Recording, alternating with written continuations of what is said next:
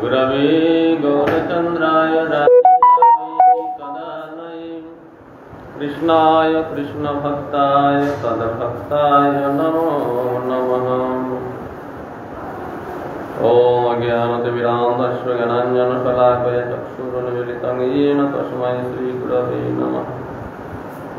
श्रीब्रह्ममध्वगौरी सारस्वती नमोस्तुते श्रीगुरुगौरगन्धर्व गोविन्द भक्तिजीविने आचार्याय विचार्याय प्रचार्याय तमनुदे कृतज्ञाय दशज्ञाय निधिज्ञाय नमोस्तुते। सत्यमशिवकृत्तममानदत्यं वाग्मिने शान्तदान्ताय खन्ताय महान्ताय नमो नमः। शतव्रताय सन्तन्न सौजन्य सभ्यमूर्तये भक्तिजीवाय आचार्य गुरुदेवाय ते नमः। वंशाकल्पतरुभ्यश्च कृपा सिन्धुभ्यैव च पतितानां पावनेभ्यो वैष्णवेभ्यो नमो नमः। पञ्चदध्यात्मकं कृष्णं भक्तरूपशर्पकं भक्त्यावतारं भक्त्याख्यं नमामि भक्तशक्तिकम्।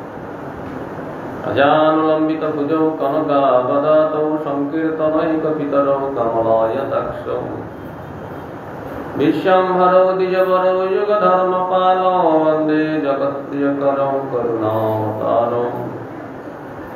संकर्षणकारणतशै गर्भदोषै च पयोधीशै शिशस्य तस्यां सकलशनित्यानन्द्यक्षरां शरणं मम। नमो महावदन्नाय कृष्णप्रेमप्रदायते कृष्णाय कृष्णचैतन्यनाम्ने गौरतिसे नमः। दिव्यवृन्दारण्यकल्पद्रुमाथ श्रीमद्रत्नागार सिंहासनस्थौ श्री श्रीराधाकृष्णगोविन्ददेवौ पृष्ठावै विश्वमानौ स्मरामि। वृन्दा वै तुलसीदेवै प्रिया वै केशवस्य च विष्णुभक्तिप्रदे देवी सत्त्ववत्यै नमो नमः। श्रीकृष्ण चैतन्य प्रभु नित्यानंद श्री अद्वैत गदाधर श्रीवासादि गौर भक्तवृंद। हरे कृष्ण कृष्ण कृष्ण हरे हरे हरे राम राम राम हरे हरे।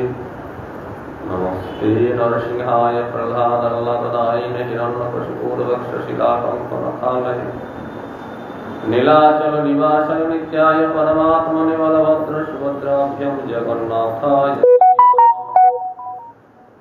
नारायणं नमस्कृत्य नरं चैव नरोत्तमं देवीं सरस्वतीं व्यासं ततो जयमुदीरये।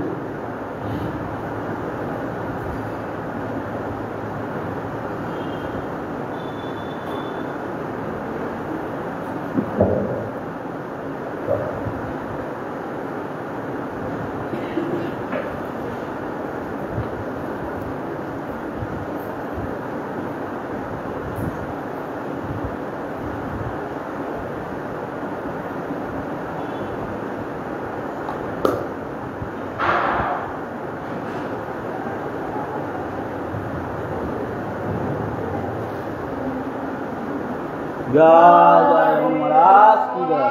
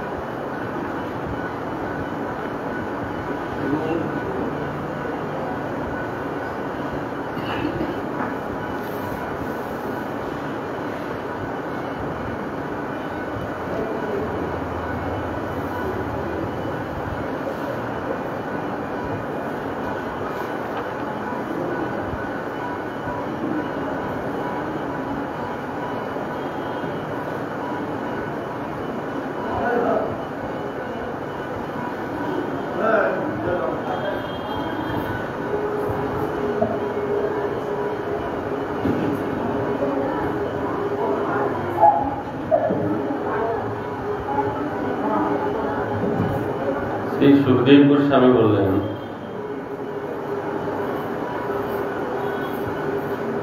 হে রাজন,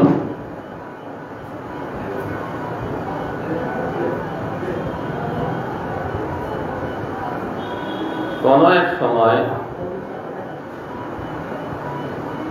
পরীক্ষিত মহারাজজি বলছেন, সুখদেব গোস্বামী,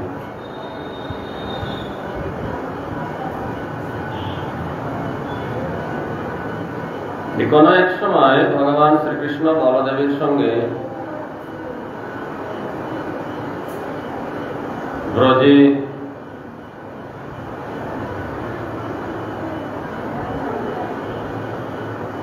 যখন বাস করছিলেন,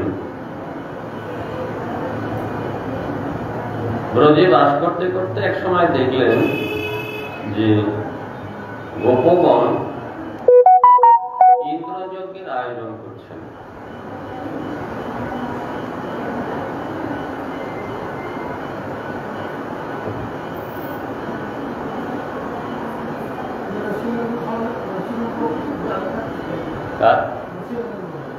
আবির্ভাব তিথি আছে।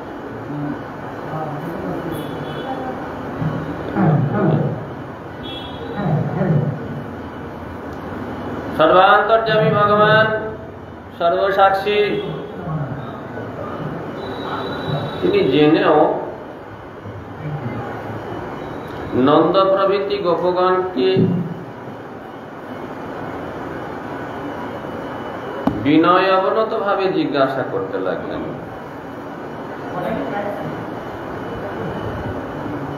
কি জিজ্ঞাসা করলেন? কথ্যতাং মে পিতঃ কো অয়ং সম্ভ্রম বা উপাগতঃ কিং ফলং কস্যবদ্দিশঃ কেন বা সাধ্যতি মখঃ। কি আছে? আছে।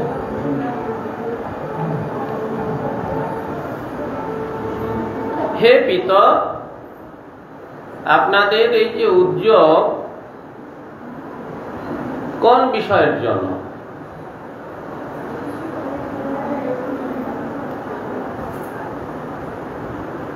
যদি যজ্ঞের জন্য হয় তবে সেই যজ্ঞের ফল কি?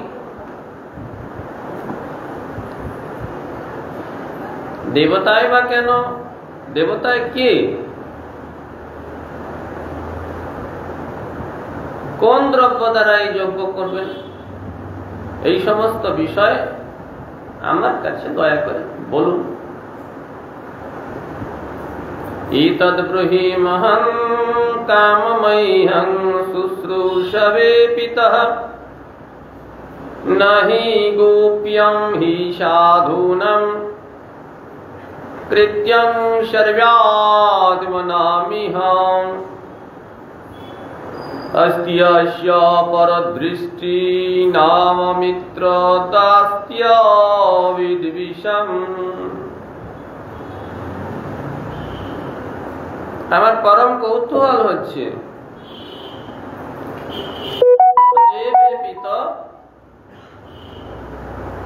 শ্রবণেচ্ছু আমার কাছে আপনি সমস্ত বলুন। অতঃপর তাদের মৌনভাব দেখে বললেন, যারা সর্বত্র আত্মদৃষ্টি সম্পন্ন, আত্মপর ভেদ যাদের নাই, মৈত্রী, ঔদাসীন্য বা বিদ্বেষ ভাব রহিত, এইরকম সাধুগণ জগতে কোনো কর্মই তো গোপন করেন না। যারা উদার, যাদের মধ্যে ভেদ দৃষ্টি নাই, তারা সকলেই কোন কর্ম, গোপনে কিছু কর্ম করব এইরকমটা করেন না। আত্মমঙ্গল এবং তার দ্বারা সকলেরই উপকার হয়, মঙ্গল হয়। দয়া করে আমাকে বলুন। উদাসীন হরিরিব দেবর্জ্য আত্মবৎসু হৃদোচ্যতি। আর যারা ভেদ দৃষ্টি সম্পন্ন, তারা যদিও উদাসীন পুরুষকে শত্রুর ন্যায় বর্জন করেন, অর্থাৎ তাদের কাছে মন্ত্রাদি গোপন মন্ত্রণাদি গোপন রাখেন, তথাপি সুহৃদজনকে আত্মতুল্য বিশ্বাস করে থাকেন। তো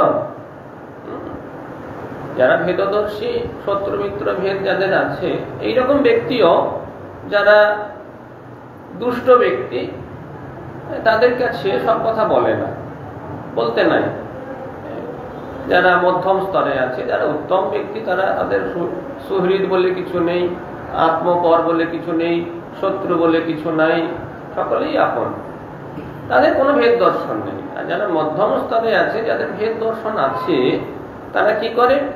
তারা দুষ্ট লোক, যারা দুষ্ট, তাদের কাছে সব কথা বলেন না। মন্ত্রণা আদি, তারা যে সমস্ত মন্ত্রণা চিন্তা ভাবনা করে, পরিকল্পনা করে, সেই পরিকল্পনার কথা সকলকে তো বলা যায় না, কিন্তু হে পিত, নিজের লোককে তো বলা যায়।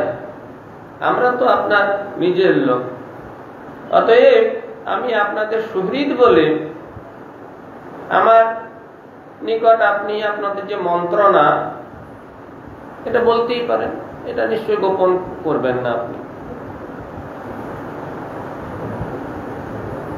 জ্ঞাত্বায় জ্ঞাত্বা চ কর্মাণি জনময়মনুতিষ্ঠতি বিদুষ কর্ম সিদ্ধি স্যাৎ যথা না বিদুষ ভবেৎ। জগতের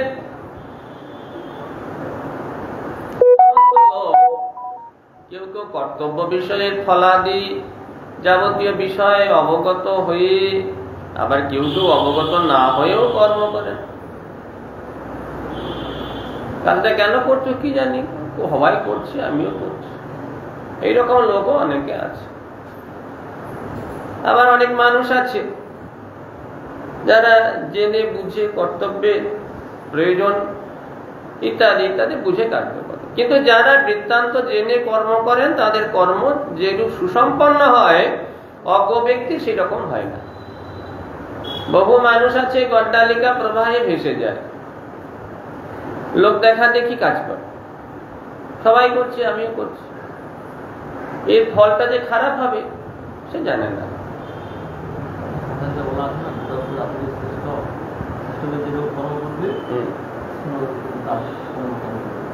সেটা তো করে, কিন্তু কিছু মানুষ আছে যারা কর্মের ফল যারা জেনে করে। হ্যাঁ, এখানে বলছেন বহু মানুষ আছে যারা যাবতীয় বিষয় অবগত হয়ে কর্ম করে। অনেক মানুষ আছে, জগতে মানুষকে দুটো ভাগে ভাগ করা হচ্ছে, যে জেনে কর্ম করে, আর কেউ কেউ কোনো কোনো মানুষ আছে কোনো বিষয় অবগত না হয়েই কর্ম করে। যারা বৃত্তান্ত জেনে কর্ম করেন, তাদের কর্ম যেভাবে সুসম্পন্ন হয়, অজ্ঞ ব্যক্তির কর্ম সেভাবে সুসম্পন্ন হয় না। করতে হয় কর্ম করা, আর জেনে বুঝে কর্ম করা, দুটো কর্মের মধ্যে পার্থক্য আছে। অতএব আপনারা যে এই গতানুগতিক মার্গে সবাই যাচ্ছে, সবাই করছে, বুড়ি ধামা চাপা দেওয়া, বিড়াল ধামা চাপা দেওয়ার মতো। বিড়ালটা কেন ধামা চাপা দিচ্ছে সে জানে না। আমার দিদি শাশুড়ি দিয়েছিল বিড়াল ধামা চাপা, আমার শাশুড়িও দিয়েছিল বিয়ের সময় বিড়াল ধামা চাপা। আমারও তাই, ছেলের বৌমা আসছে, তা এখন একটা বিড়াল ধামা চাপা দিতে হবে, বাড়িতে না থাকলেও খুঁজে খুঁজে একটা বিড়াল নিয়ে আসতে হবে, বিড়াল নিয়ে এসে ধামা চাপা দিতে হবে। এই যে কেন বিড়াল ধামা চাপা দেওয়া হচ্ছে, বিড়াল ধামা চাপার উদ্দেশ্যটা কি, এসব জানেন না। করতে হয়, করছে, সবাই করছে। এইভাবে অনেক মানুষ না জেনে বুঝে কর্ম করে। অতএব আপনাদের ওই রকম গতানুগতিক মার্গে না চলে সুহৃদগণের সঙ্গে বিচারপূর্বক কর্মের অনুষ্ঠান করা কর্তব্য, এটা উচিত, জেনে বুঝে কাজ করা উচিত। তত্র তাবৎ ক্রিয়ায়োগ ভবতাং কিং বিচারিতঃ অথবা তন্মে পৃচ্ছত সাধু ভন্যতাম। আমি জিজ্ঞাসা করছি যে আপনাদের এই ক্রিয়া অনুষ্ঠান কি কোনো শাস্ত্রাদি বিচারে অনুষ্ঠিত হয়েছে, নাকি লৌকিক আচারে পরিব্যাপ্ত মাত্র? এটা একটু আমাকে যুক্তি সহকারে বলুন। অনেক কাজ শাস্ত্র সিদ্ধান্ত অনুযায়ী করে, আবার অনেকে শাস্ত্র সিদ্ধান্ত না মেনেই করে। ওই যে কাদের বাড়িতে কে বলছিল আগেও শুনেছি, তারপরে একজন ভদ্রমহিলা বলছিলেন যে আমাদের ফ্যামিলিতে তো আমরা দেখেই আসছি যে একাদশীর দিনে সধবাদেরকে পেঁয়াজ খেতেই হবে। একাদশীর দিনে যারা সধবা তারা ব্রাহ্মণ বাড়ি, পেঁয়াজ খেতেই হবে। পেঁয়াজ না থাকলেও পেঁয়াজ নিয়ে এসে একটু পেঁয়াজ অন্তপক্ষে একটু মুখে দিয়ে খেতে হবে। কেন না আমার শাশুড়ি সেই নিয়ম মেনে এসেছে, তার শাশুড়ি সেই নিয়ম মেনে এসেছে, আমাদের কুলের প্রথা এটা। পেঁয়াজ খেতে হবে একাদশীর দিনে। ঠিক বিপরীত, উল্টোটা। এতে কি হয়, না বুঝে কর্ম করার জন্য এতে ক্ষতি হয়। তা আপনি কি শাস্ত্র সিদ্ধান্ত অনুযায়ী কর্ম করছেন, নাকি লৌকিক লোকের দেখা দেখি কর্ম করে? লোকে দেখা দেখি কর্ম করে সে কর্মের সফলতা হয় না, তাতে মঙ্গল হয় না, লোকমুখে বিকৃত হয়, লোকমুখে প্রতিনিয়ত প্রথা বিকৃত হয়। এই জন্য শাস্ত্র যা নির্দেশ দিয়ে গেছে সেই নির্দেশ, গীতা ভাগবতের নির্দেশ মেনেই আমাদেরকে কর্তব্য কর্ম করতে হবে। শ্রীনন্দ উবাচ পর্জন্য ভগবান ইন্দ্র মেঘাস্তস্যাত্মমূর্তয়ঃ তে অভিবর্ষন্তি ভূতানাং পৃণনম জীবনং পয়ঃ। শ্রী নন্দ মহারাজ বললেন, ভগবান ইন্দ্রদেব পর্জন্য রূপী মেঘ সমূহ তার প্রিয় মূর্তিস্বরূপ। সেই মেঘই স্থাবর জঙ্গম ভূতগণের তৃপ্তিজনক এবং মৃতপ্রায় তৃণ আদির প্রাণপ্রদ জল বর্ষণ করে থাকে। আমরা ইন্দ্রের যজ্ঞ করছি কেন না, ইন্দ্রদেবী তো মেঘের মূর্তিস্বরূপ, মেঘ মূর্তিস্বরূপ ইন্দ্রদেব, তিনি বর্ষণ করেন। সেই বর্ষাতে কি হয়, স্থাবর জঙ্গম সকলের তৃপ্তি লাভ হয়। বৃষ্টি না হলে কি হবে, কিচ্ছু হবে না, সব শুকিয়ে যাবে, সব খরা, শস্য আদি হবে না, ফল ফুল কিচ্ছু থাকবে না, সব একেবারে চারিদিকে ভয়ঙ্কর একেবারে দুর্ভিক্ষ শুরু হয়ে যাবে। এই জন্য আমরা স্থাবর জঙ্গম ভূতগণের তৃপ্তিজনক মৃতপ্রায় তৃণ আদি তাদের প্রাণপ্রদ জল বর্ষণকারী এই যে ইন্দ্র, আমরা ইন্দ্রের যজ্ঞ করছি। তং তাতো বয়মন্যে চ বরমুচম পতিমেশ্বরম দ্রব্যৈস্তদেতশা সিদ্ধৈর্যজন্তে ক্রতুভির্নরঃ। হে বৎস, আমরা এবং অন্য মানবগণ সেই মেঘাধিপতি ঈশ্বর ইন্দ্রদেবকে তদীয় বৃষ্টিজাত ধান্যাদি দ্রব্য সম্পাদিত যজ্ঞ সমূহ দ্বারা আরাধনা করে থাকে। ইন্দ্র, এখন যদি বলে হয় যে আমরা চাষবাস করছি, তার থেকে আমাদের জীবনযাপন অতিবাহিত করছি, জীবনযাত্রা আমাদের অতিবাহিত হচ্ছে। আরে ইন্দ্র ঠিক সময় সময় বৃষ্টিটা দিচ্ছে বলেই তো হচ্ছে।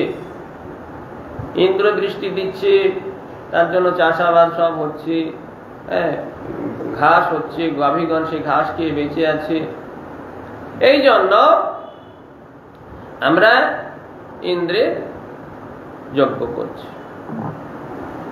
তচ্ছেষেনোপজীবন্তি ত্রিবর্গ ফল হেতবে পুংসাং পুরুষকারাণং পর্জন্য ফলভাবনঃ। তদীয় যজ্ঞাবশিষ্ট অন্ন দ্বারাই লোক সকল জীবন ধারণ করে ত্রিবর্গ সম্পাদনে সমর্থ হয়। জীবন ধারণ যদি ঠিক মতো না হয় তাহলে ধর্ম হবে কি করে?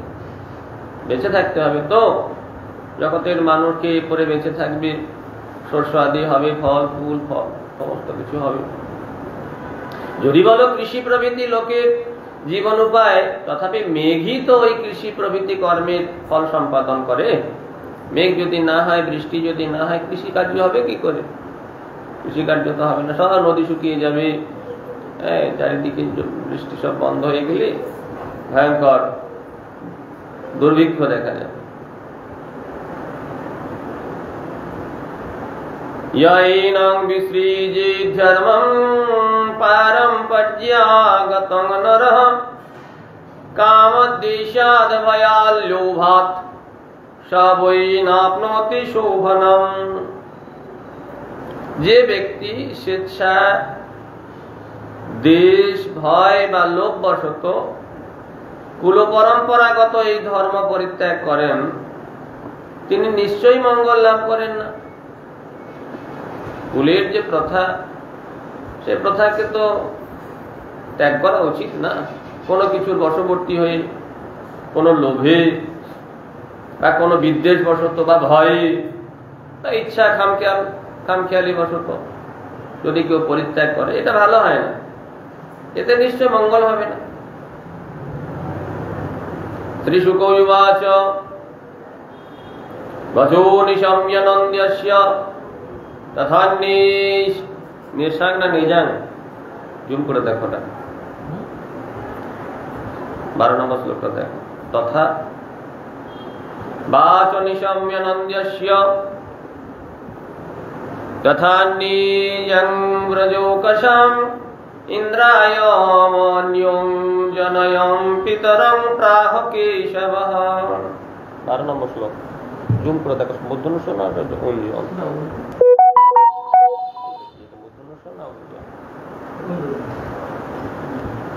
বোঝাও যায় না ভালো করে। শ্রী সুখদেব বললেন, ভগবান শ্রীকৃষ্ণ, নন্দ মহারাজ এবং অন্যান্য ব্রজবাসীগণের এইরূপ বাক্য শ্রবণ পূর্বক ইন্দ্রের ক্রোধ উৎপাদন দ্বারা তাকে গর্ব পর্বত থেকে অবতরণ করানোর জন্য নন্দ মহারাজের প্রতি বলতে লাগলেন। এই উদ্দেশ্যটা হলো এইটা। আজকে ভগবান এসে নন্দ বাবাকে যে জিজ্ঞাসা করছেন, এর কারণ আছে।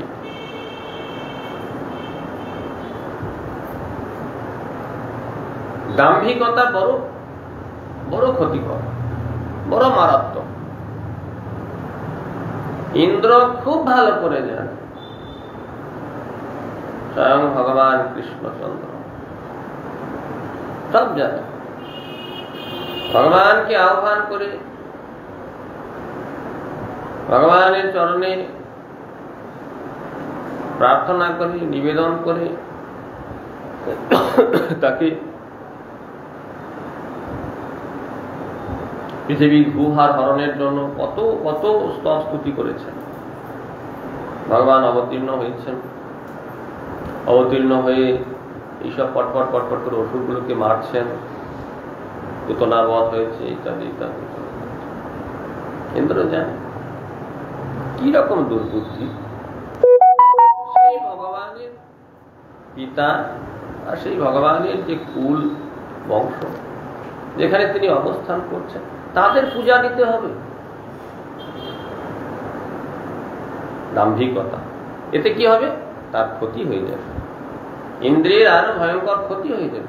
যাতে সেই ক্ষতিটা না হয়, তার গর্ব চূর্ণ করে সে যাতে বিনম্র থাকে, সর্বদাই ভগবানের চরণে অবনত মস্তক থাকে, এই জন্য ভগবানের এই লীলা।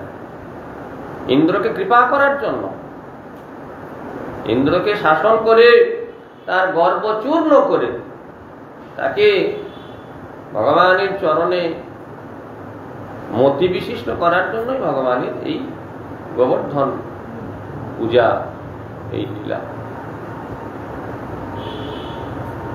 ভগবান শ্রীকৃষ্ণ নন্দ মহারাজ এবং অন্যান্য ব্রজবাসীগণকে এইরূপ বাক্যে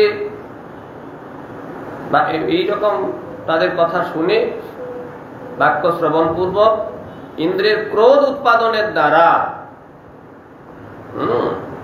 ইন্দ্রিয় ক্রোধ হবে, ইন্দ্রিয় ক্রোধ উৎপাদনের দ্বারা গর্ব পর্বত, গর্বরূপে পাহাড়ে চূড়ায় উঠে বসে আছে ইন্দ্র, সেই গর্ব পর্বত থেকে নিচে নামানোর জন্য নন্দ মহারাজের প্রতি ভগবান শ্রীকৃষ্ণ বলতে লাগলেন। শ্রী ভগবান উবাচ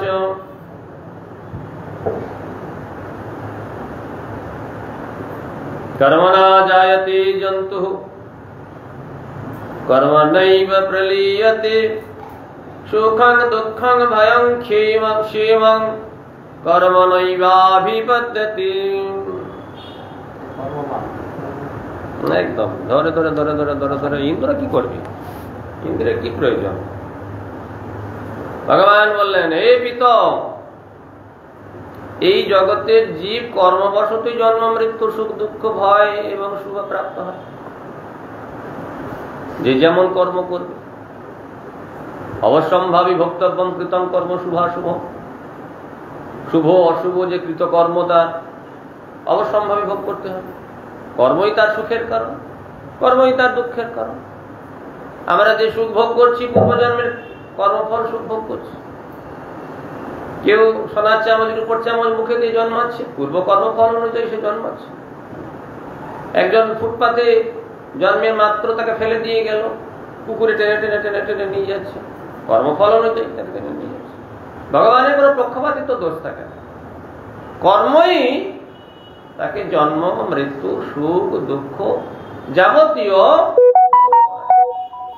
অবশ্যম্ভাবী ভক্তব্য ভোগ করতেই হবে। এই জন্য ভগবান বললেন, কর্মণা জায়তে জন্তু, জন্তু মানে জীব, প্রত্যেক জীবকেই জন্তু বলে। যে জন্মায় তাকেই হলো জন্তু। জন্তু মানে শুধু গরু ছাগল ভেড়া এগুলো নয়, কর্মবশতই জন্ম হয়, মৃত্যু হয়, সুখ হয়, দুঃখ হয়, ভয় হয়, শুভ অশুভ সব প্রাপ্তি। হে পিত, এগুলো সব কর্মের দ্বারাই হয়ে থাকে মানুষ। অস্তি চেদীশ্বরঃ কেচিৎ ক্বচিৎ ফলরূপ্যান্যকর্মণং কর্ত্যারং ভজতে সোऽপি নিয়াহি অকর্তুঃ প্রভুর্হি সহ। যদিও অপরের কর্মফলদাতা একজন ঈশ্বর আছেন, একজন ঈশ্বর অবশ্যই আছেন, ফল দিচ্ছেন, ঠিক আছে, যদিও আছেন, তিনিও তো কর্ম প্রবৃত্তি অন্য কোন বস্তুকে অবলম্বন করেই ফলটা দেবেন। আমাকে ভালো ফল দেবেন, আরেকজনকে খারাপ ফল দেবেন, এটা কি করে হয়? আমি যেমন কর্ম করব সেই রকম আমার কর্ম অনুযায়ী ফল দেব। আমি মন্দ কর্ম করব, এই আমাদের কে বলেছিল, আরে যত পাপী আছে সব স্বর্গে পাঠিয়ে দাও, আর যারা যজ্ঞ করবে, হোম করবে, পূজা করবে, এইসব যারা করবে সব নরকে নিয়ে যাও। হ্যাঁ, এইরকম ভগবান তো এইরকম না, যে যেমন কর্ম করবে কর্মের ফলদাতা একজন ঈশ্বর আছেন, যদিও তথাপি তিনি তো এমনি এমনি ফলটা দেবেন না। আমার ভাগ্য অনুযায়ী, আমার কর্মফল অনুযায়ী, আমার যেমন কর্ম থাকবে সেই কর্ম অনুযায়ী ফল দেবে। যেহেতু কর্মশূন্য ব্যক্তিকে কখনো ফল দান করতে দেখা যায় না, যে কোনো কর্ম করে না তাকে কি ফল দেবে? করো, নিজে করো, ফল পাবে। করবে না, বসে থাকবে, ফল পাবে।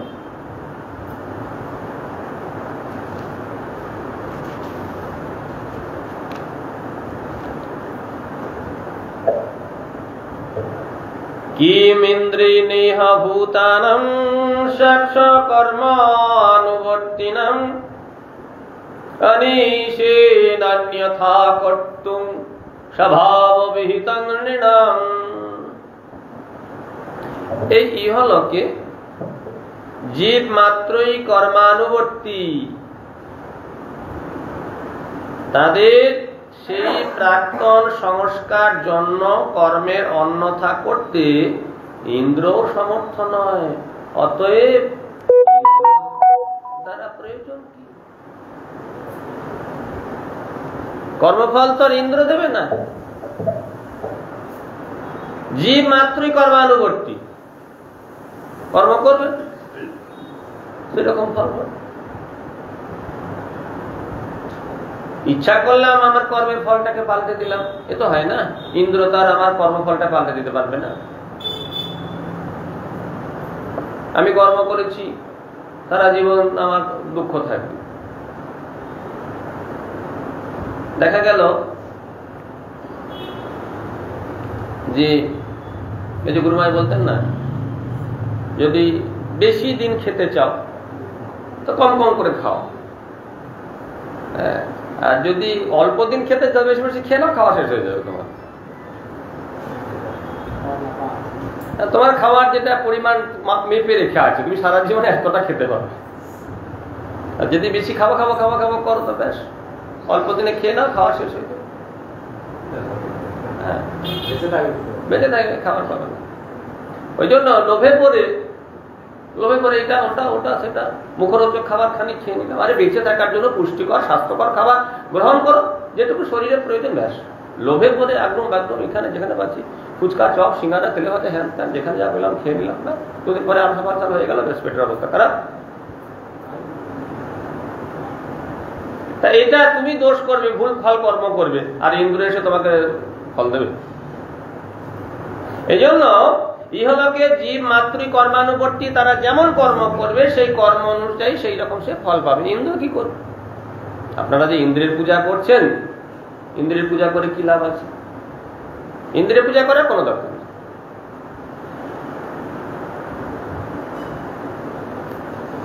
অতএব ইন্দ্র দ্বারা প্রয়োজন কি?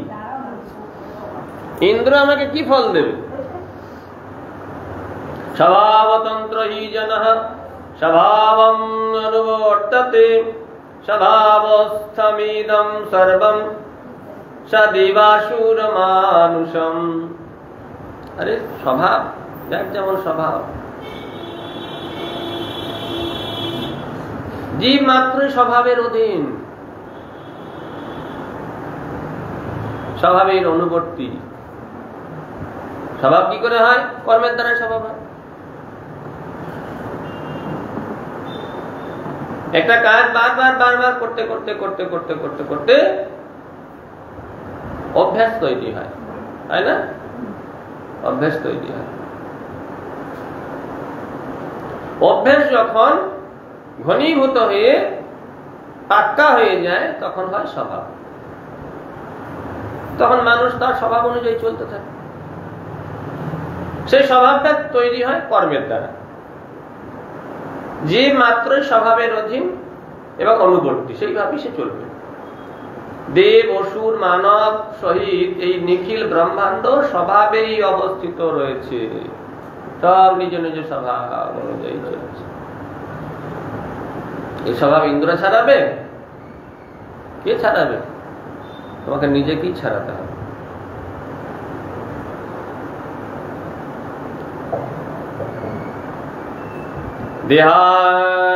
দেহানুচ্যাবচন জন্তু প্রাপ্যসৃজতি কর্মণা শত্রু মিত্র মুদাসীনঃ কর্মৈব গুরুরীশ্বরঃ। জীব কর্মবশেই দেবতা হয়, কর্মবশেই তির্যক দেহ প্রাপ্ত হয়। ভালো কাজ করো, স্বর্গে যাবে, দেবতাদের সঙ্গে দেব শরীর প্রাপ্ত হয়ে দেব সুখ ভোগ করবে। নিকৃষ্ট কর্ম করো, নরকে গিয়ে যন্ত্রণা ভোগ করবে, কিংবা পশু পক্ষী জন্ম হয়ে থাকতে হবে। এগুলো কর্মের দ্বারাই হয়ে থাকে। কর্মবশেই দেব, তির্যগাদি বিবিধ দেহ প্রাপ্ত হয়ে সেই কর্মবশে পুনরায় তাহা আবার ত্যাগ করে। কর্মই শত্রু, কর্মই মিত্র, উদাসীন, কর্মের দ্বারাই তো হবে।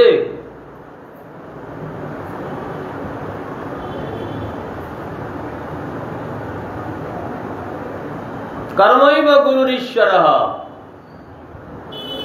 সুতরাং কর্মই হলো গুরু, কর্ম হলো ঈশ্বর। কর্ম করো, কর্মের অধীন হয়ে ফল দান করেন বলে কর্মই বস্তুত ঈশ্বর। ঈশ্বর কি করে ফল দান করেন? কর্মমার্গ সুন্দর করে বোঝাচ্ছেন পিতাকে।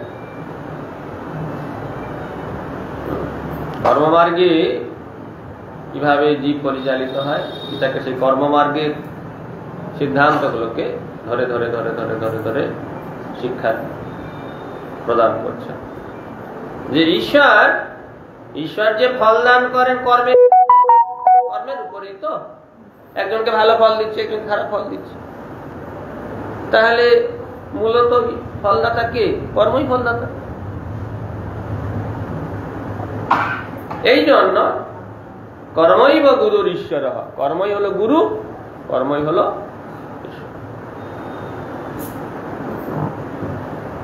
তস্মাৎ সম্পূজয়েৎ কর্ম স্বভাবস্থ সকর্মকৃৎ অঞ্জসা येन वर्तेत তদেবস্য হি দৈবত্যম। অতএব ব্রাহ্মণাদি বর্ণে অবস্থান করে স্ব বর্ণবিহিত কর্মরত থেকে কর্মেরই আরাধনা করবে। যারা আশ্রয়ে সুখে জীবিকা নির্বাহ হয়, যার আশ্রয়ে সুখে জীবিকা নির্বাহ হয়, সেটাই হলো মানবের দেবতা। গুরু মহারাজ বলতেন যে আমাদের সনাতন ধর্ম একটা বৈজ্ঞানিক ধর্ম। আমরা যন্ত্রের পূজা করি, আমরা শস্যের পূজা করি, আমরা বই খাতার পূজা করি। তার পিছনে একটা বিজ্ঞান আছে। কেন না? মর্যাদা বোধই আমাদের উন্নত করে। যে ছাত্র, তার বই খাতার প্রতি মর্যাদা থাকা দরকার। যে শিল্পী কাজ করে, তার শিল্পের যে সমস্ত কার্য, তার প্রতি মর্যাদা থাকতে হবে।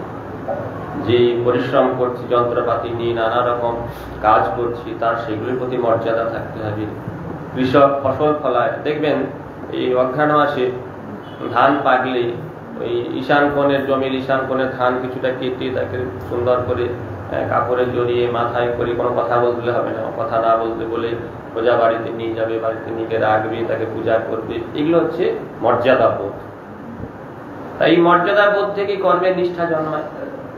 কর্মের নিষ্ঠা জন্মালে সেখান থেকে কর্মের ফল পাওয়া যায়। এই জন্য ব্রাহ্মণাদি বর্ণে, ব্রাহ্মণ ক্ষত্রিয় বৈশ্য শূদ্র, যে বর্ণে জন্মগ্রহণ করেছে, ব্রাহ্মণাদি, ব্রাহ্মণ ক্ষত্রিয় বৈশ্য শূদ্র এই আদি বর্ণে অবস্থান পূর্বক স্ব বর্ণবিহিত যে কর্ম, সেই কর্মে যদি রত থাকে, কর্মের আরাধনা ঠিকভাবে করতে হয়, সেটা যদি করে তাহলে কি হবে? তাহলে এটাই তার কাছে দেবতা। মর্যাদা বোধ থাকতে হবে। যে ব্যবসা করছে, সে সকালে উঠে ধুনো দিচ্ছে, ধূপ দিচ্ছে, জল ছড়াচ্ছে, কেন? তার কাছে সেটা মর্যাদা বোধ। আমরা দেখেছি যারা ফুটবলার, ফুটবলটাকেও প্রণাম করে। শুধু ফুটবলটাকে নয়, যে জুতোটা পরে খেলে সে জুতোটাকে প্রণাম করে, নিজের জুতো। কেন না? ওই তাকে শক্তি দেবে, মর্যাদা দেবে, তার কনফিডেন্সটা, সেলফ কনফিডেন্সটা ও তৈরি করবে। এই যে মর্যাদা বোধ, এই মর্যাদা বোধটা থাকা দরকার। এই জন্য ব্রাহ্মণাদি বর্ণে কর্মের রত থেকে সর্বদাই কর্মের আরাধনা করবে। আর যার আশ্রয়ে সুখে জীবিকা নির্বাহ হয়, সেটাই তো দেবতা। তাহলে ইন্দ্রের কি প্রয়োজন? ইন্দ্রের যজ্ঞ করার কোনো প্রয়োজন নেই।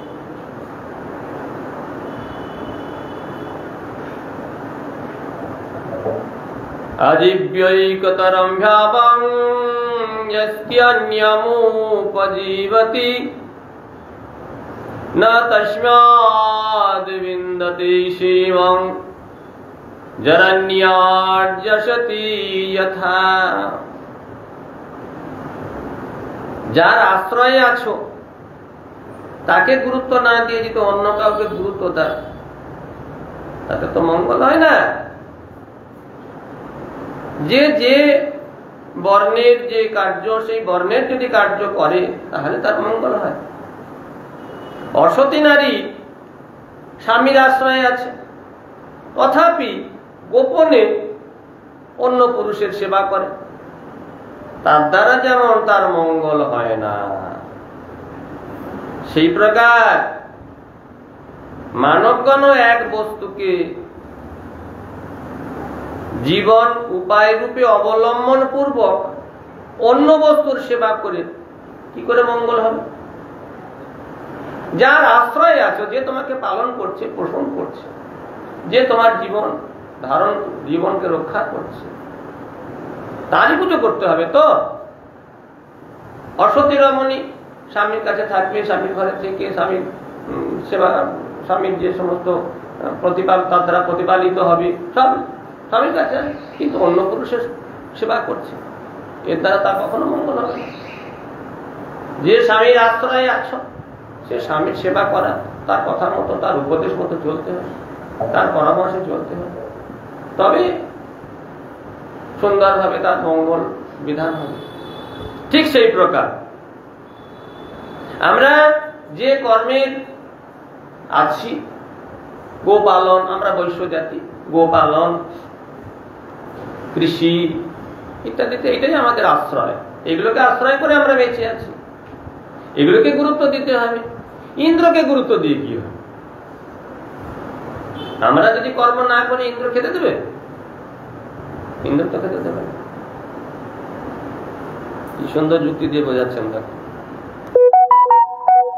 ভগবানের কথা।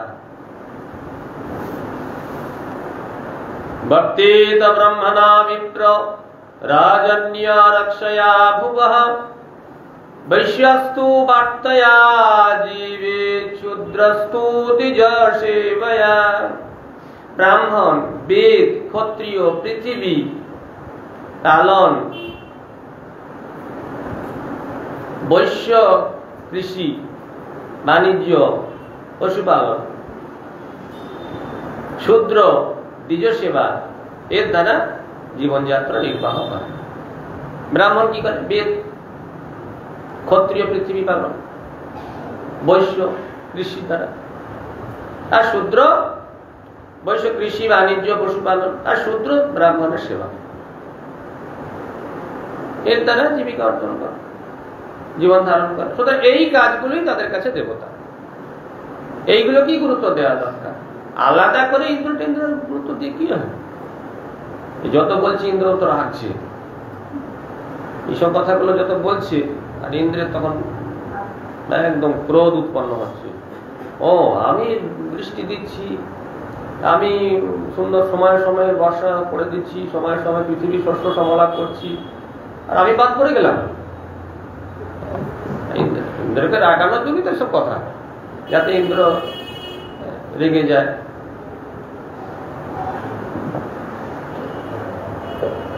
কৃষি বাণিজ্য গো রক্ষা কুশিদম তুরিয়মুচ্যতে বাট্যা চতুর্বিধা তত্র বয়ং গোবৃত্তয়োনিশম। কৃষি বাণিজ্য গো রক্ষা কুশিদ, এই চারটি বৈশ্যের জীবিকা হলেও আমরা তন্মধ্যে কেবলমাত্র গোরক্ষাকেই জীবিকা রূপে অবলম্বন করেছি।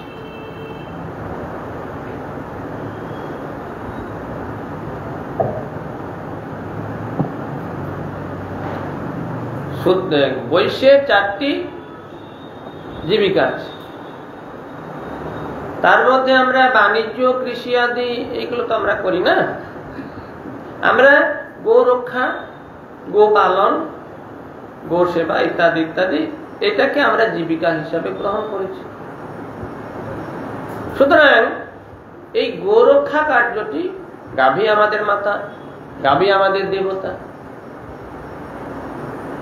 আমাদের আর ইন্দ্রের কি প্রয়োজন?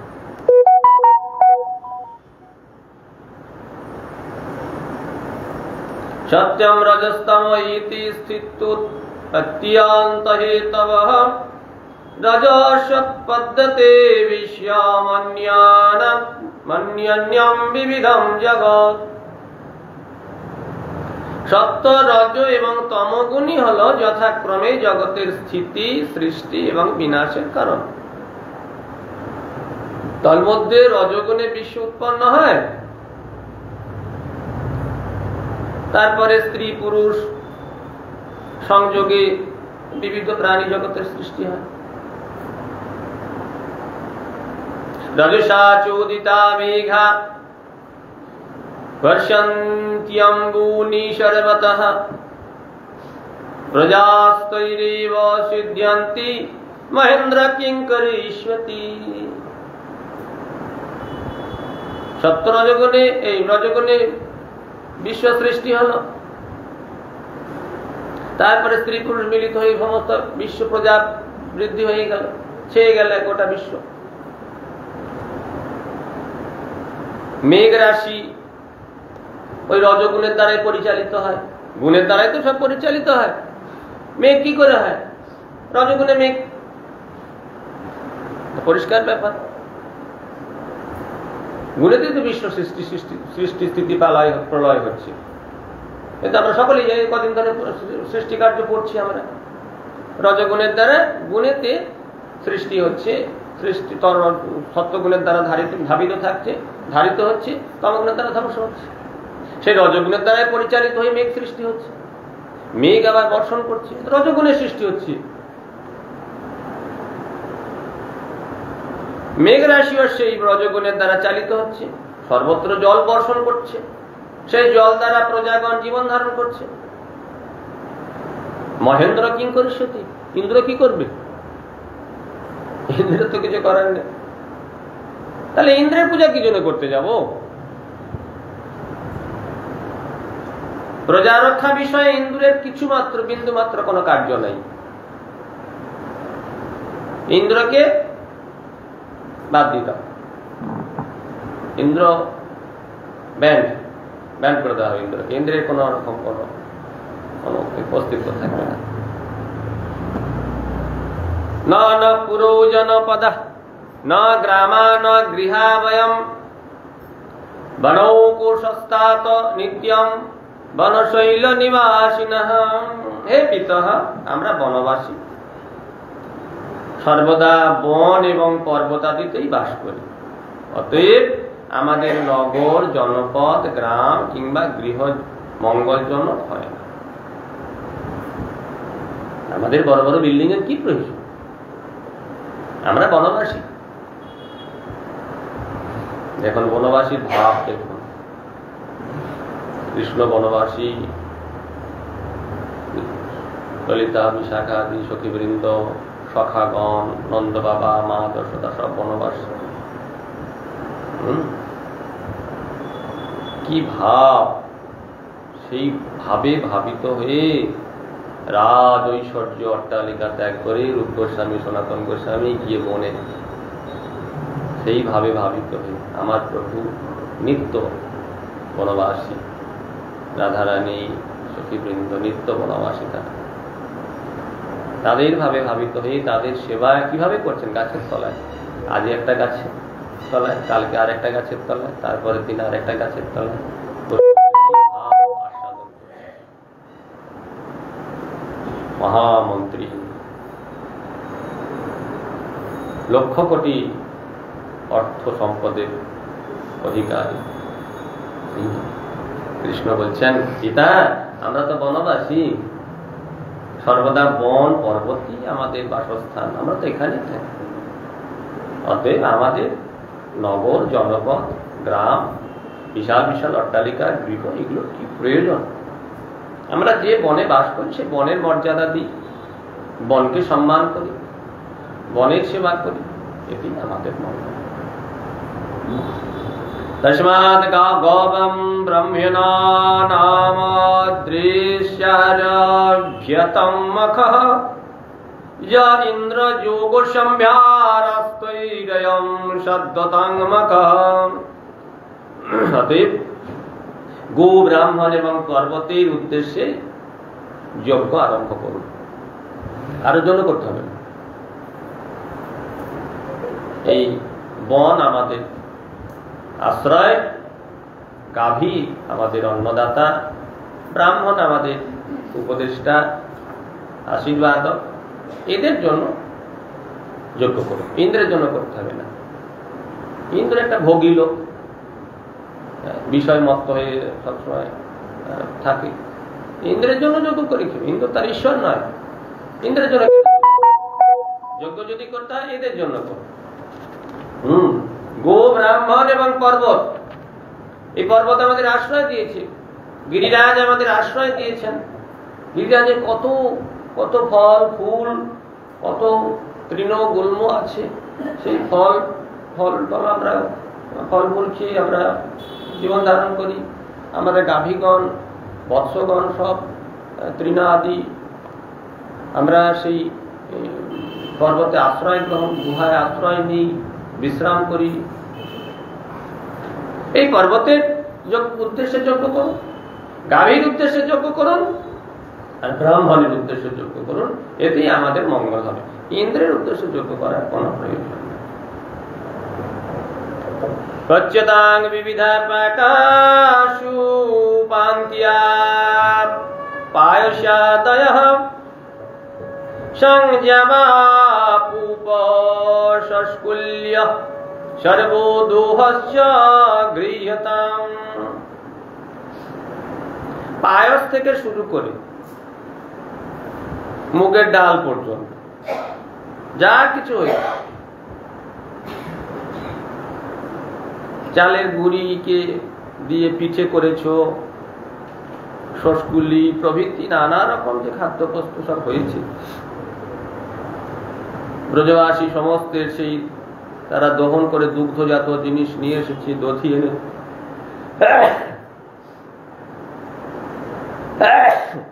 যা কিছু হয়েছে সব নিয়ে এসো। বিশাল মহোৎসব হোক, অন্নের পাহাড় হয়ে যাক, পিঠার পাহাড় হোক, নানা প্রকার যে লুচি রুটি পরোটা যা কিছু করছে তার পাহাড় হোক, যত পরমান্ন আদি যা কিছু করা হয়েছে সব একত্রিত করো। বিবিধ খাদ্য সামগ্রী সব নিয়ে এসে এই পর্বতের উদ্দেশ্যে, গাভীদের উদ্দেশ্যে, ব্রাহ্মণের উদ্দেশ্যে যজ্ঞ শুরু হোক।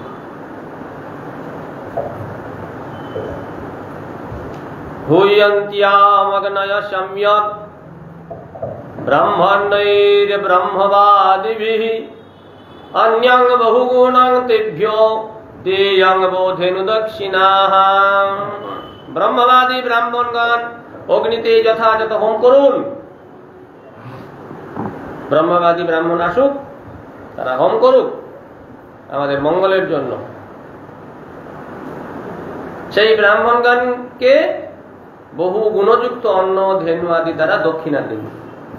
ব্রাহ্মণগণ হোম করবে আমাদের মঙ্গল কামনায়, তারা আমাদের জন্য মঙ্গল প্রার্থনা করবে। তাদের পূজা করুন, তাদেরকে গাভী দান করুন, বহুবিধ দ্রব্য দান করুন, এইসব তবে তো মঙ্গল হবে। ইন্দ্র টিন্দ্র কি করে?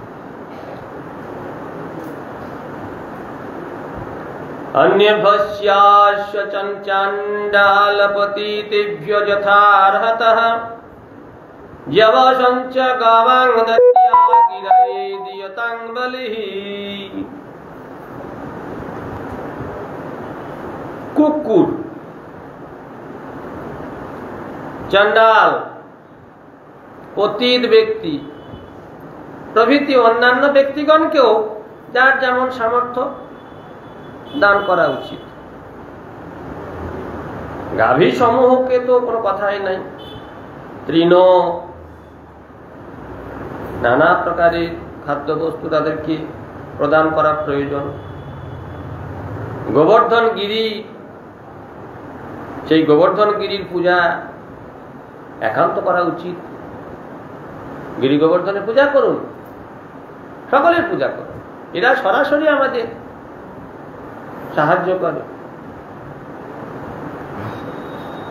চলঙ্কৃতা ভুক্তবন্ত শানুর্লিপ্ত্যা সুভাষসঃ প্রদক্ষিণাঞ্চ কুরুত গোবিপ্রিয়ানল পর্বত্যান। অনন্তর মনোরম অলঙ্কার দ্বারা অনুলেপন, উত্তম বসন পরিধান এবং ভোজন পূর্বক আপনারা সকলে গো, ব্রাহ্মণ, অগ্নি এবং গোবর্ধনকে প্রদক্ষিণ করুন।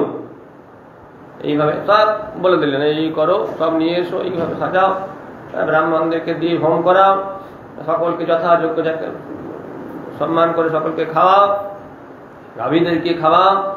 হ্যাঁ, তারপরে সকলে সেজে গুজে গোবর্ধনকে পরিক্রমা করো, গাভীদেরকে পরিক্রমা করো, তাতেই মঙ্গল। ব্রাহ্মণকে পরিক্রমা করো। এতন মম মতং তাত ক্রিয়তম যদি রোচতে অয়ং গো ব্রাহ্মণাদীনাং মহঞ্চ দয়িতো মখঃ। হে পিত, আমার এই মত যদি আপনাদের ভালো লাগে, আমি যেটা বললাম এটা যদি ভালো লাগে, অভিপ্রেত হয়, তাহলে তার অনুষ্ঠান করুন।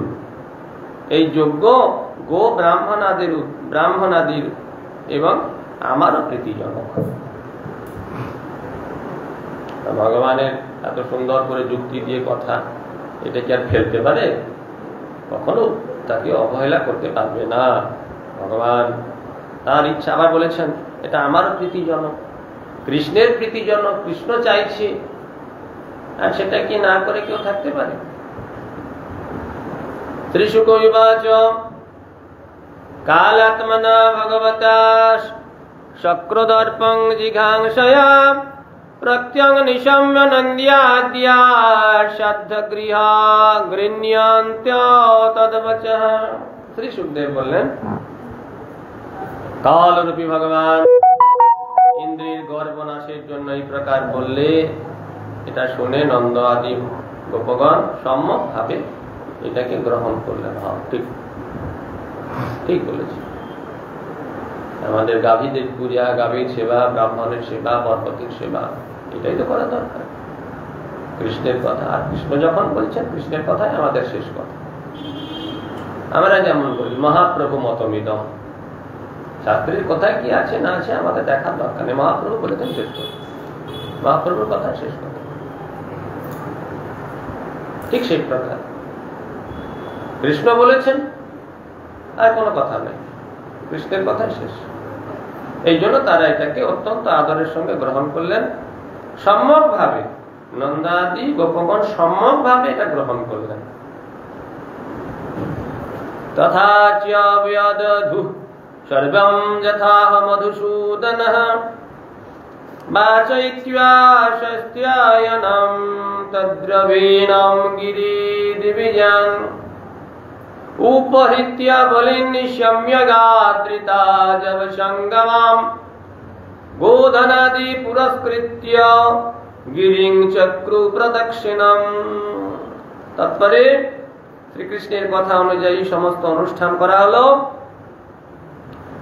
সস্তায়ন পাঠ করিয়ে ইন্দ্রযজ্ঞের উপকরণের দ্বারা গোবর্ধন গিরি এবং ব্রাহ্মণগণের পূজা করে সাদরে গাভী সকলকে তৃণ প্রদান পূর্বক গোধনকে অগ্রে করে গোবর্ধনকে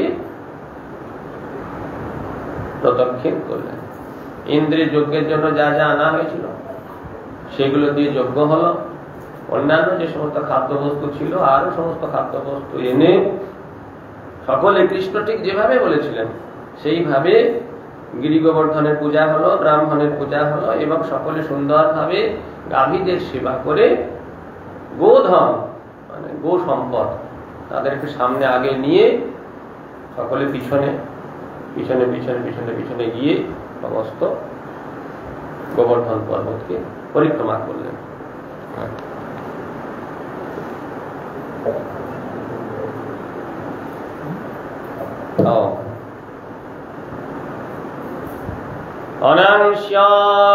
অনাংশ্যানযুক্তি नित्यानि ते चारुइह सलंकृताः गोप्यश्च कृष्णवीर्याणि गायन्त्या सदिजाशिषः। এইভাবে গোপগণ উত্তম অলঙ্কার যুক্ত এবং গোপীগণ বিশ্বভাবাহিত শকটে আরূঢ় হয়ে ব্রাহ্মণগণের আশীর্বাদ সঙ্গে নিয়ে কৃষ্ণ মাহাত্ম্য গুণগান করতে করতে পরিক্রমা করতে শুরু করলেন।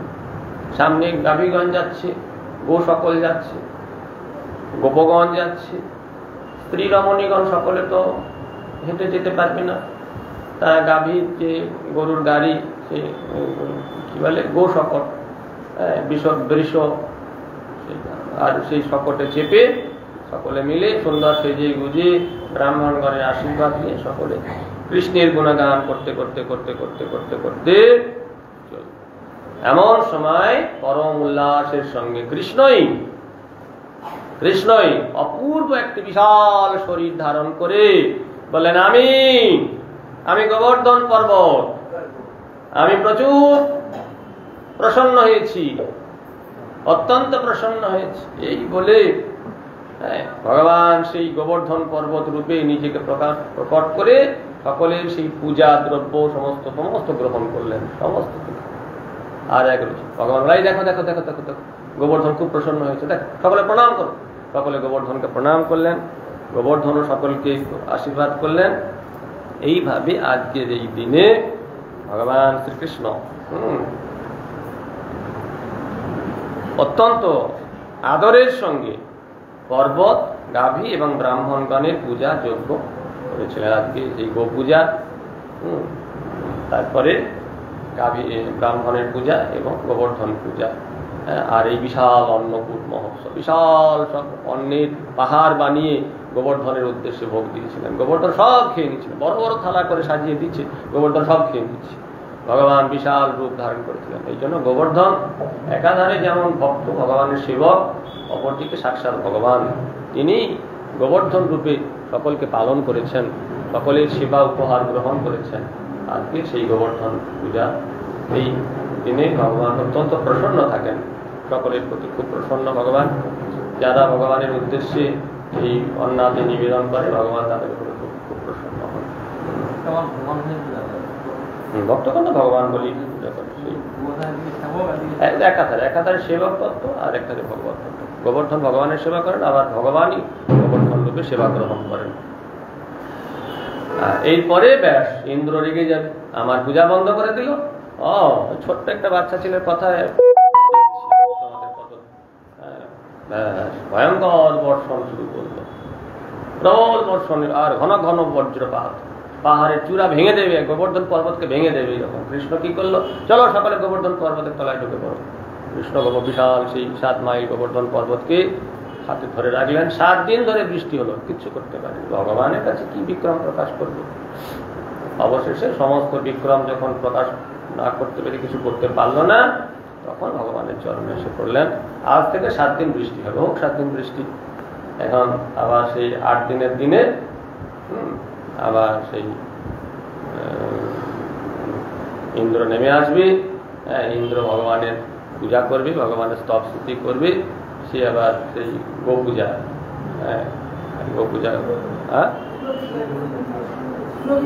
সুরভি দেবী আসবেন, সুরভি দেবীকে সামনে করে আসবেন, গো পূজা হবে। সেদিন আবার একটাই তো পর্বত, এখনো আছে একটাই। প্রতিনিয়ত বসছে তো, এক তিল করে প্রতিনিয়ত বসছে। আর আজকে শ্রীল রসিকানন্দ প্রভু আবির্ভাব। সংক্ষেপে বলছি, সময় 5 মিনিটের মতো আছে।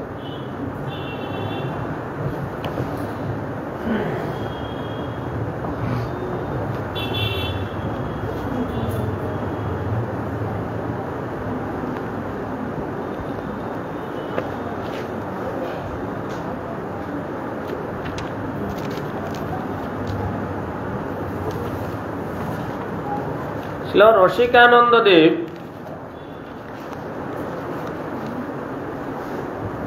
15 1512 শতাব্দে মেদিনীপুর জেলার সুবর্ণরেখা নদীর তটবর্তী রোহিণী বা রয়নি গ্রামে আবির্ভূত হয়েছিলেন। তার পিতার দেওয়ার নাম হলো শ্রী অচ্যুতানন্দ, না পিতার নাম হলো অচ্যুতানন্দ আর মায়ের নাম হলো শ্রী ভবানী দেবী। মহাপাপনাশিনী সুবর্ণরেখা নদী বর্তমানে মেদিনীপুরে এবং উড়িষ্যায় প্রবাহিত। মেদিনীপুর জেলা একসময় উড়িষ্যার অন্তর্গত ছিল। রাজা অচ্যুতানন্দ উড়িষ্যার করণকুলোদ্ভূত ছিলেন, যাকে বঙ্গদেশে কায়স্থ বলা হয়। বৈষ্ণব নির্গুণ জাতিকুলের অন্তর্গত নয়। করণকুলকে ধন্য করার জন্যই রাজা অচ্যুতানন্দের এবং রসিকানন্দের উক্ত কুলে আবির্ভাব। মহাপ্রভুর বহু পার্শ্বদ নিরর্থক এটা বোঝানোর জন্য কেউ কায়স্থ কুলে, কেউ শূদ্র কুলে, কেউ ম্লেচ্ছ কুলে আবির্ভূত হবে। দেখিয়ে দিয়েছেন যে কুলটা বড় কথা নয়, কৃষ্ণ ভক্তিটাই হচ্ছে মাপকাঠি। কৃষ্ণ ভক্তি হচ্ছে আসল। ছিল শ্যামানন্দ প্রভু সক্ষ রসাশ্রিত শ্রীল হৃদয় চৈতন্য প্রভুর শিষ্য হলেও শ্রীল জীব গোস্বামী প্রভুর সঙ্গ প্রভাবে মধু রসাশ্রিতা হয়েছিলেন।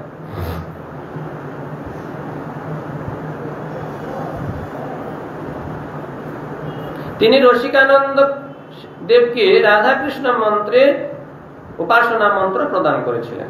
শ্যামানন্দ প্রভু হৃদয় চৈতন্য প্রভুর শিষ্য হলেও সক্ষরসের উপাসক হৃদয় চৈতন্য, কিন্তু তথাপি আমাদের জীব গোস্বামীপাদের সঙ্গ প্রভাবে তার সঙ্গ করেছিলেন। এই জন্য স্বাভাবিকভাবে তার মধুর রসের প্রতি একটা আকর্ষণ, যদিও সেটা নিত্য সিদ্ধ, ওটা তো বাদ থেকে বোঝানো যায় না। এই জন্য তিনি রসিকানন্দ প্রভুকে রাধাকৃষ্ণ উপাসনা মন্ত্র প্রদান করেন।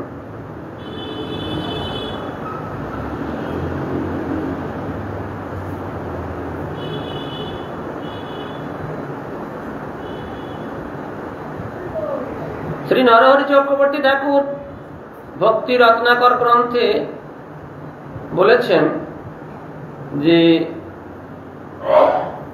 দশরথ নন্দন ভগবান শ্রী রামচন্দ্র বন ভ্রমণকালে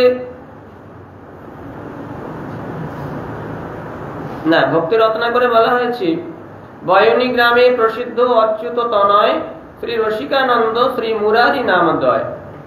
রসিক মুরারি নাম প্রসিদ্ধ লোকেতে সর্বশাস্ত্রে বিচক্ষণ অল্পকাল হইত। রয়নী গ্রামে অচ্যুতানন্দ পিতা, তার পুত্র রসিকানন্দ, কেউ মুরারি নাম বলে। রসিক মুরারি এই নামে প্রসিদ্ধ তিনি ছিলেন। দশরথ নন্দন ভগবান শ্রী রামচন্দ্র বন ভ্রমণকালে রয়নীর নিকটবর্তী বারাইত গ্রাম, সেই গ্রামে রামেশ্বর শিব স্থাপন করে জানকী লক্ষণ সহ কিছুদিন অবস্থান করেছিলেন। ভক্তি রত্নাকর গ্রন্থে এইরূপ ইতিবৃত্ত বর্ণিত হয়েছে। সুতরাং উক্ত পবিত্র দেশের অধিপতি রাজা ছিলেন শ্রী অচ্যুত। তিনি প্রজাবৎসল শুদ্ধাচারী ধার্মিক রাজা ছিলেন। তার সহধর্মিনীও অত্যন্ত প্রতিব্রতা রূপে খ্যাত ছিলেন। রসিক মুরারি অতি নিপুণতার সঙ্গে পিতামাতার সেবা করতেন, তাদের সন্তোষ বিধান করতেন।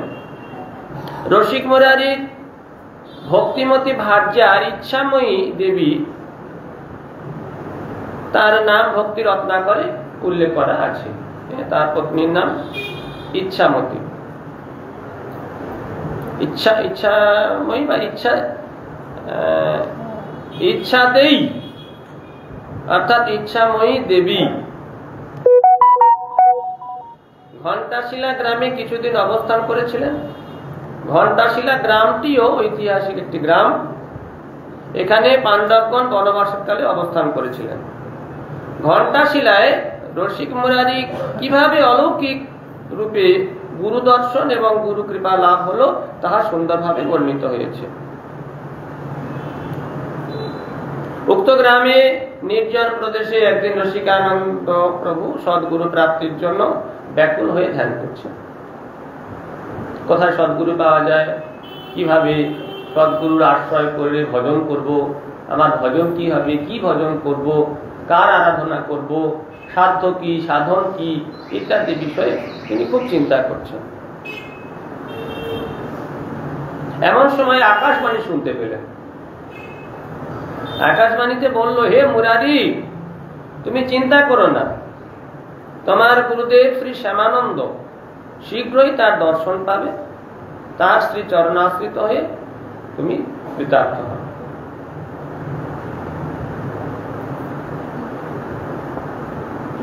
শ্যামানন্দ প্রভুর দর্শনের জন্য ব্যাকুল হলেন। সমস্ত রাত্রি ক্রন্দন করতে করতে কখন পাবো, কখন পাবো, কখন, উদ্বিগ্ন হলে যা হয়, অত্যন্ত উদ্বিগ্ন, কখন গুরুপাদ পদ্মের দর্শন হবে। ক্রন্দন করতে করতে রাত্রির শেষে শ্যামানন্দ প্রভু স্বপ্নে দর্শন দিয়ে বললেন, উদ্বিগ্ন হইও না। রাত্রি শ্যামানন্দ প্রভু শিষ্যকে দর্শন দিয়ে বলছেন, উদ্বিগ্ন হইও না, রাত্রি প্রভাত হোক, আমার দর্শন পাবে। প্রভাতে রসিক মুরারি প্রভু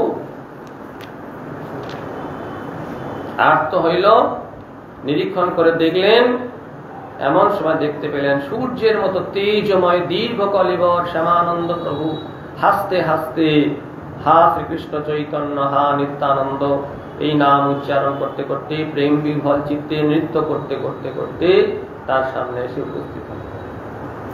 পরম আনন্দের সঙ্গে শ্যামানন্দ প্রভু মহাপ্রভু নিত্যানন্দ প্রভুকে হৃদয়ে ধারণ করে নাচতে নাচতে প্রেম বিহ্বল চিত্তে এলেন। রসিক মুরারির বহু প্রত্যাশিত গুরু দর্শন করে তৎক্ষণাৎ মহাপ্রেমে গুরুপাদ পদ্মে পতিত হলেন। শ্যামানন্দ প্রভু অত্যন্ত স্নেহের দ্বারা রসিকানন্দকে কোলে টেনে নেত্র জলে সিক্ত করে রাধা কৃষ্ণ মন্ত্র প্রদানের জন্য শ্রী নিত্যানন্দ শ্রী চৈতন্য চরণে সমর্পণ।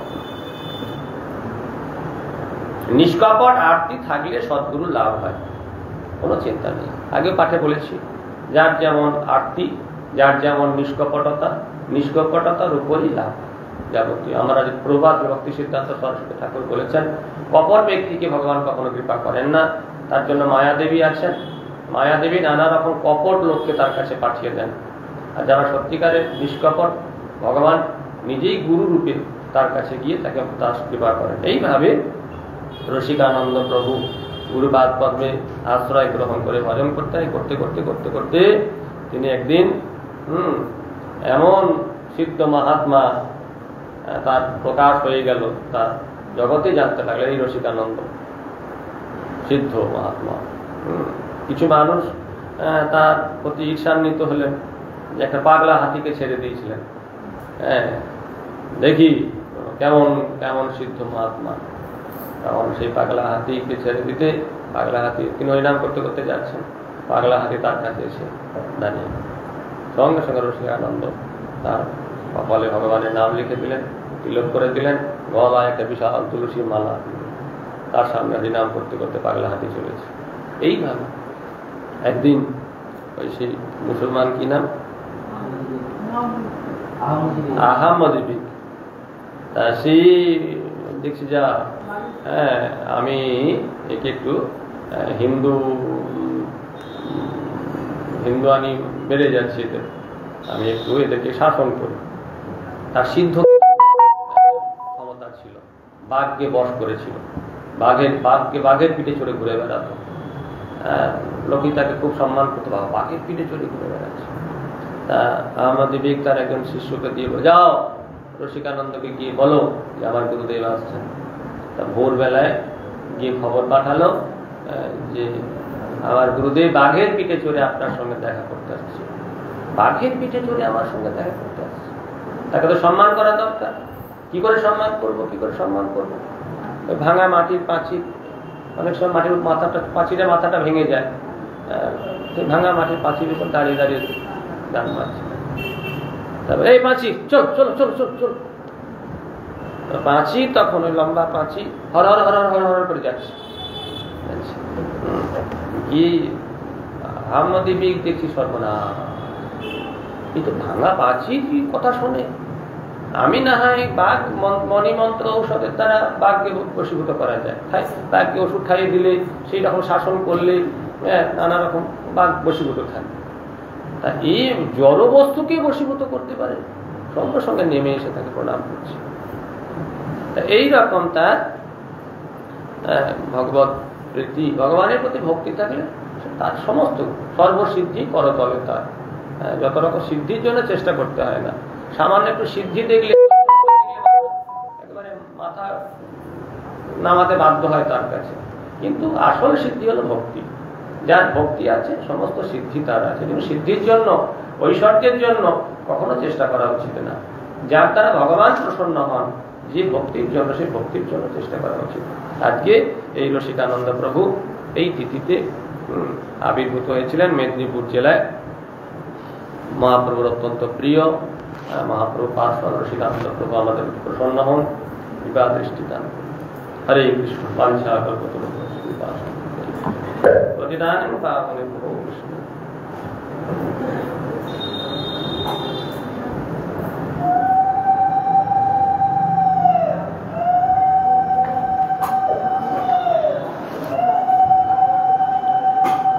রাধে জয় জয় মাধব দৈতে,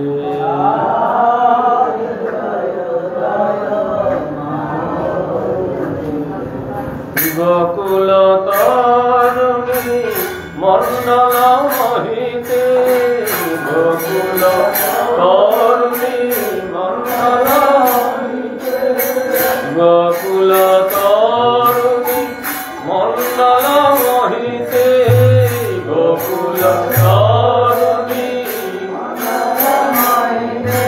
রাধে জয় জয় মাধব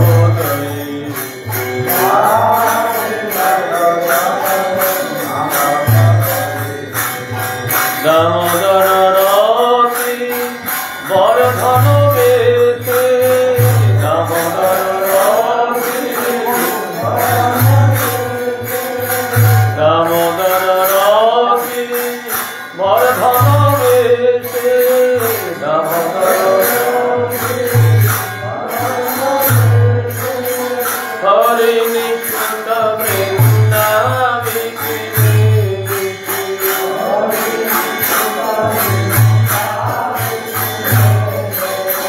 হরে কৃষ্ণ বৃন্দাবিনী,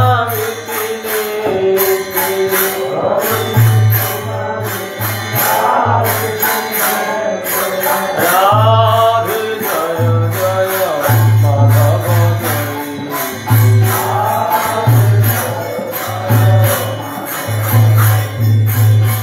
বিশ্বভানু রাধে নবসখী লেখে,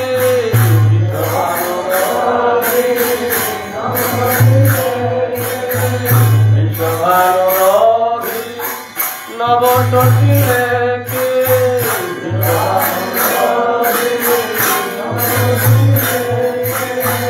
ললিতা সখী গোড়া রমি কবিতা,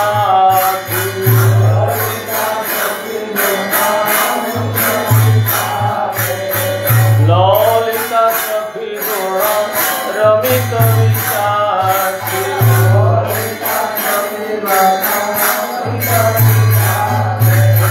গরু